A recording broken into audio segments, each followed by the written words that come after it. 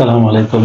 نن موږ د پوتین په نړیواله کچه باندې څلورم داسې غټ اقدام ته چې په هغه باندې کولی شي چې غرب او چې په راس کې امریکا ده هغه ته یو مشکل پیدا کړي.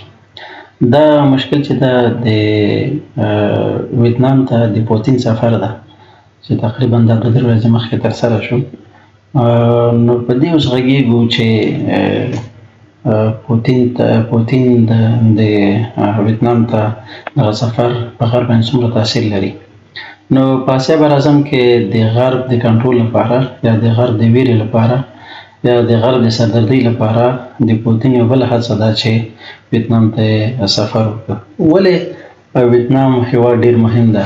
لومړی خو دا ده چې ویتنام یو کمونیست هېواد دی او روسیه هم دغه په حساب دغه دی کمونیزم او د سوشالیزم دا مفکوره چې دغه اساس تطبیق چې دا په روسیې او شوروي کې ترسره شوی و، نو په همدې اساس باندې چې دا روسیه او شوروي اتحاد دغه کمونیست هېوادونو سره ډېره زیاته اړیکه لري چې موږ کیوبا او شمالي کوریا او ویتنام یادوو. نو د ویتنام سره اړیکې په دې هم ډېر مهم دي چې ویتنام او شوروي اتحاد له 1950 کاله راهیسې یا ویتنام او روسیه له 1950 کاله راهیسې د یو بل سره ډېر ګرم اړیکې لري. همدارنګې په 2001 کال کې کله چې پوتین ویتنام ته لاړ، هلته چې دا ستراتیژیک تړون سره امضا کړ چې د دې تړون له مخې به ویتنام سره به په هره برخه کې همکاري کوي. همدارنګې دغه ستراتیژیک تړون چې ویتنام سره امضا کړی ده، روسیه اول هېواد ده چې دا کار یې ترسره کړی دی. نو روسیه چې دا وخت په وخت ویتنام ته وسلې ورکړي دي، تر دې پورې چې فزیکي عسکر یې ورلېږلي دي او هلته په مختلفو برخو کې ورسره همکاري کړې ده. خصوصا چې کله په 1990 کلونو کې ویتنام عملا د امریکا د اشغال لاندې راغی، نو شوروي اتحاد په هغه وخت کې ډېر زیات ورسره همکاري وکړه. تر دې پورې ویل کېږي چې 11,000 پورې فوج یې ورکړی و. په هر صورت همدارنګې اوس مهال چې دا کله چې په یوکرین باندې حمله کړې ده روسیه، نو تقریبا داسې ویل کېږي چې 80% پورې دا د ویتنام مسله چې ده هغه له روسیه له ویتنامه راواردوي او دلته د یوکرین پر خلاف باندې په جګړه کوي. نو همدارنګه ویتنام چې ده دغه د کب اکانومیک کنټریز یو برخه ده.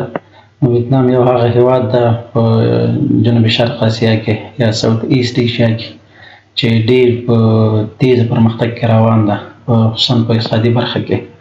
نو روسیه چې دا د هغې د اجناسو تولیداتو ته ډېر زیات ضرورت لري. نو هماغه ده چې علاوه له دې چې هغه یو کمونیست هېواد ده، د هغه فکري لحاظ یو بل سره یو دي، ولې دوی کوشش کوي، روسیه کوشش کوي چې دغه انډسټریالایز یا اقتصادي مخ پر ودې هېواد څخه ډېر څه ترلاسه کړي. نو په دې اساس باندې هم چې دا ویتنام د روسیې لپاره ډېر زیات مهمه ده. اوس سوال دا پیدا کېږي چې تېر یو کال کې چې دا د امریکا رئیس جمهور او د چین ولسمشر همدارنګې دغه اوس مهال پوتین ورتګ، نو دغه د نړۍ چې کوم غټ او ستر هېوادونه دي دوی چې دي دغه رئیس جمهوران ویتنام ته لاړل او ویتنام سره په مختلفو برخو کې د همکارۍ وعدې وکړې. او دا یو ډېر مهم هېواد ځکه ده چې د نړۍ مختلف دغه مهم هېوادونه چې دي د هغوی توجه جلب کړې ده او هلته ورغلي دي. نو سوال موږ ته دا پیدا کېږي چې ویتنام به کوم هېواد انتخاب کړي. لکه موږ چې پخوا ولیدل 2 ورځې مخکې مو لیدل شمالي کوریا چې ده هغه له امریکا سره او خصوصا په غرب سره خو کاملا مخالفه ده او هېڅ اړیکې ورسره نه لري. نو ویتنام د شمالي کوریا په شان نه ده. ویتنام خپلو ګټو ته ګوري او ویتنام له هغه هېواد سره ګرم اړیکې ساتي چې هغوی څخه دوی ته ګټه وي. دوی چې دي اصلا ویتنام د بمبو ډیپلوماسي په اساس باندې مخته روان دي. د بمبو ډیپلوماسي به موږ بل درس کې ولولو. بمبو ډیپلوماسي اصلا دغه بمبو موږ هغه بانس ته وایي، بانس یو رقم لرګی ده. دوی وایي چې بمبو ډیپلوماسي چې ده د هغه دغه ریښې ډېرې قوي وي، خو دغه ښاخونه چې دي یا ساقه چې ده هغه فلیکسیبل ده، په دې معنی چې قاتیږي خو ماتیږي نه. دوی وایي چې موږ له هر هیواد سره باید اړیکه ولرو، هر هیواد سره باید موږ فلیکسیبل اوسیږو، هر هیواد سره باید موږ جوړجاری وکړو تر څو د موږ له هغې څخه چې کومه ګټه وي همغه ترلاسه کړو. یعنې دوی ډېر زیات چې دي باور په دغه وین وین ګیم باندې لري چې ته هم که څه ګټې موږ به هم څه ګټو. نو یو دم ټول په روسیه همدارنګې په امریکا او په چین په دې باندې تکیه نه کوي، بلکې له هر هغه هیواد سره اړیکه نیسي چې د دوی ګټه وي. که څه هم ویتنام له چین سره هم ښه اړیکه لري، خو چین سره چې دا اختلافات لري په چاینا ساوت سی باندې، خو بیا هم دوی ډېر کوشش کوي چې داسې چا سره اړیکه ونیسي چې هغې څخه نفع وي. او بل دغه د دریو زبرځواکو هیوادونو چې امریکا ده او روسیه ده او چین ده، دې ترمنځ ډېر ښه بیلانس او تعادل ساتلی ده. هماغه ده چې ویتنام ورځ تر بلې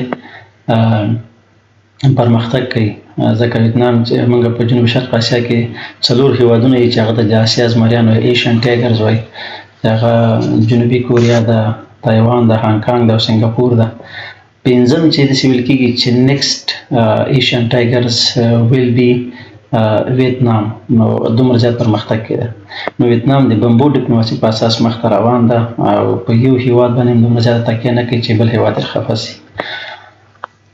نو اوس سوال دا پیدا کېږي، سوال دا ده چې دا د پوتین چې موږ دغه 4 ویډیوګانو کې دغه د پوتین دغه کاونټر پالیسي، د غرب د مخنیوي پالیسي چې دی اختیار کړې ده، چې لومړی په افریقا براعظم کې مختلفو هیوادونو سره اړیکه ونیول تر څو د امریکا او د غرب د نظامي حضور مخه ونیسي، او همدارنګې بیا کیوبا ته هغه جنګي بیړۍ ولېږلې، هغه نه وروسته بیا شمالي کوریا سره ویتنام سره دلته اړیکې وساتلې. نو آیا روس کولی شي چې د غرب مخه ونیسي؟ غرب بالخصوص د امریکا او ناټو؟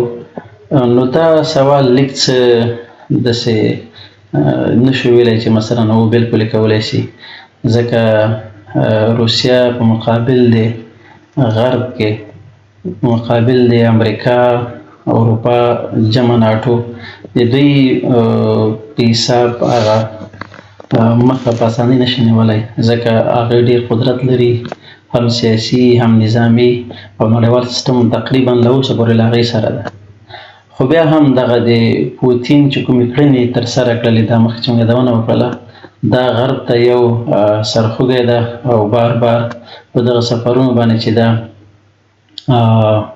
امریکا یو خپل هغه ښیي، غبرګون ښیي، کنسرن ښیي، او دوی وایي چې پوتین یا نور هیوادونه نه غواړي چې د پوتین هغه اګریشن او هغه یرغل چې په یوکرین باندې ده، هغه باید نور هیوادونه هغه ته متوجه اوسېږي، او هغه باید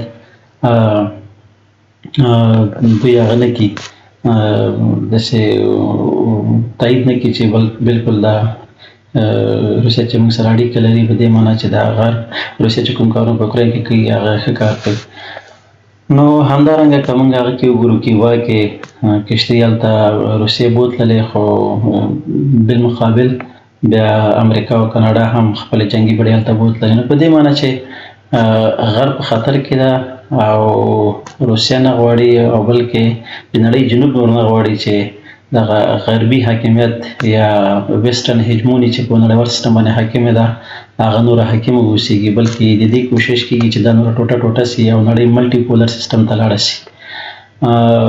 نو د پوتین دغه کړنې تر ډېره حده پورې غرب ته سرخوږی ده، او غرب ته دا ښیي چې زه په اسیا کې یوازې نه یم، او تاسو نشئ کولی چې هغه رقم چې تاسو غواړئ چې ما آیسولیټډ یا یو طرفه په نړیوال سیسټم کې وساتئ، هغسې امکان نه لري.